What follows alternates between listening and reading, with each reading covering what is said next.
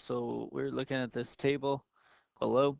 It shows the speeds of cars as they pass a certain mile marker on the Highway 66. The speed limit is 65 miles per hour. What is the total number of cars that pass the marker? Okay, so here we have this table. Shows us the speed that the cars are going and the number of cars. So if I want to figure out what the total number of cars that pass the marker, wouldn't I just add this up? Right, so I would just add this up.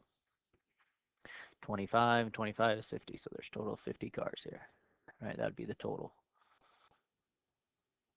Okay, and then what is the probability that a car stopped at random will be traveling faster than the speed limit? So that'd be traveling faster than. So that's above 65, right? So greater than 65. So the probability of going greater than 65. So that's, what do I want? I want the number of cars above 65, which is 13. So that would be my numerator. My denominator is going to be my total possible, which is the total number of cars. So that'd be 50. So there's my probability, right? So this table right here is called a frequency table. How often does something occur? So you're counting up how many cars go past or less than 55, how many cars are between 55 and 60, how many cars are between 60 and 65, how many cars are going faster than 65, right? So that's called a frequency table, how often something occurs. And that gets us into 8.2, probability distributions and frequency tables. So that's a frequency table. The difference in between a distribution probability, a distribution table would give you the actual probability of each occurrence, right? So that difference, a distribution or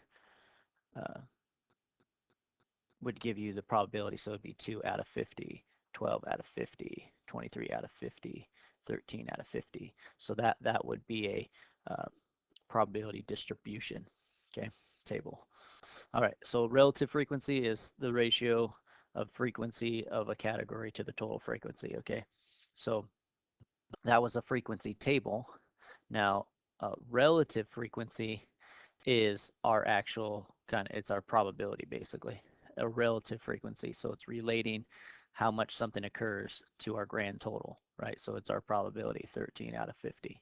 So it's that ratio or fraction of frequency, how often something occurs that we want over the total possible, over the total frequency. All right, so let's look at our first example. Finding relative frequency. So relative frequency, again, here's the frequency, how often these things occur. Okay, and if I want to find relative frequency, that means I need to find the total, right? So survey students' music preferences or organized in frequency table. What is the relative frequency? Relative frequency of preference of rock music. So we look at which one likes rock, how many like rock, 10. So probability or relative frequency like rock. So that would be rock. That'd be 10 out of how many? So I'd have to add these up, right? So 17, 25, 30, 40 out of 40. So 10 out of 40 or 1/4, right? So, or a quarter, right? Or 0.25, okay? So a quarter of these surveyed like rock music or prefer rock music. So that's what you do. You got to find your total. So if you want to, you could just total it out, add right here. There's your total. So that's always going to be your denominator, okay?